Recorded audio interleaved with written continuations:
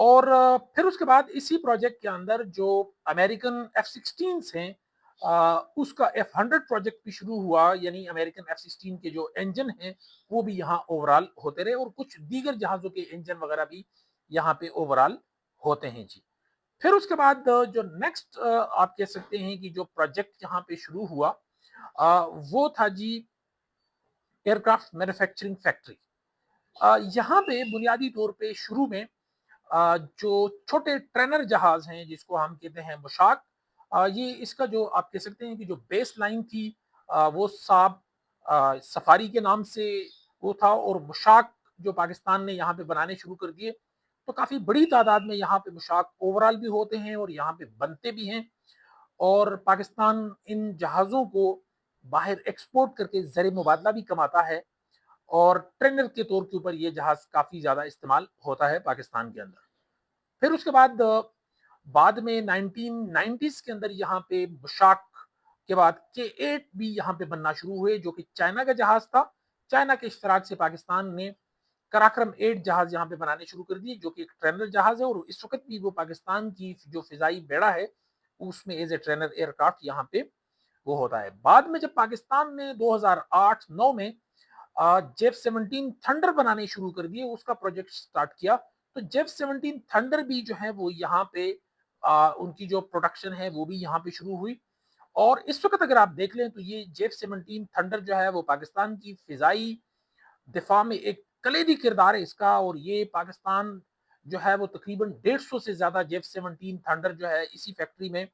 بنا چکا ہے۔ اس کی اوورالنگ، اس کے پھر آگے پھر اس کا یعنی ڈفرینٹ ورژن ہے، وہ سارے یہیں پہ ہوتے ہیں، اور پاکستان ان کو ایکسپورٹ بھی کرتا ہے، اچھا خاصا زر مبادلہ بھی کماتا ہے ان جہازوں سے، اور حالیہ لڑائی میں بھی اسی جیف 17 تھنڈر نے بہت اہم رول پلے کیا ہے۔ ہمارے پائلٹس اس پہ بڑے ایکسپرٹس ہیں، دنیا بھر میں جو ایئر شوز ہوتے ہیں اس میں بھی جیف 17 تھنڈر جاتے ہیں، اور 2019 میں ابھی نندن کا جو جہاز گرانے والا جو جہاز تھا جیف 17 وہ بھی یہیں پہ بنا۔ اور لیٹسٹ اگر آپ دیکھیں تو اس فیکٹری کے اندر پاکستان جو ہے وہ انمینڈ ایریل وہیکل یعنی UAVs یا جس کو ڈرون کہتے ہیں وہ بھی یہیں پہ بناتا ہے، جس کا بھی پاکستان کی دفاع کے اندر، سرویلنس کے اندر اور بہت ساری چیزوں میں UAVs کا بھی ایک بہت اہم رول ہے۔ تو یہ یعنی آپ کہہ سکتے ہیں کہ جو ایئر کرافٹ مینوفیکچرنگ فیکٹری ہے یہ ایک بہت ہی اہم اور اسٹریٹجک قسم کا ایک انسٹالیشن ہے پاکستان کے پاس۔ Last but not the least جو آتا ہے وہ ہے جس کو پہلے کہتے تھے کامرا ایویانکس اینڈ ریڈار فیکٹری کارف، اب اس کو کہتے ہیں ایویانکس پروڈکشن فیکٹری، یعنی یہاں پہ جو ایروسپیس الیکٹرانکس ہیں اس کی جتنی بھی یعنی آپ کہہ سکتے ہیں کہ کافی ساری جو الیکٹرانکس اکوپمنٹ ہیں ان کو اپ گریڈ کیا جاتا ہے، ان کو یہاں پہ ان کی پروڈکشن ہوتی ہے، جو ایئر بورن ریڈارز ہیں ان کی، گراؤنڈ ریڈارز، کمیونیکیشن کے جتنی چیزیں ہیں، اور بہت ساری دوسری چیزیں یہاں پہ بنتی ہیں جو کہ ایون سول جو ٹیکنالوجی ہے یعنی ادر دین ملٹری ٹیکنالوجی اس میں بھی یوز ہوتی ہیں۔ تو اوورال اگر آپ دیکھیں تو پاکستان ایروناٹیکل کمپلیکس جو ہے وہ پاکستان کی دفاع میں، اور بالخصوص پاکستان کی جو فضائی دفاع ہے اس میں اس کا بہت ہی اہم کردار ہے، اور اس پروجیکٹ کو بنانے والے، اس کو لانچ کرنے والے اور اس کو اب تک سکسیسفل کرنے والوں کی جتنی بھی تعریف کی جائے یہ کم ہے۔ اور آپ کو یہاں یہ بھی بتاتا چلوں کہ پاکستان ایئر فورس دنیا کی وہ واحد ایئر فورس ہے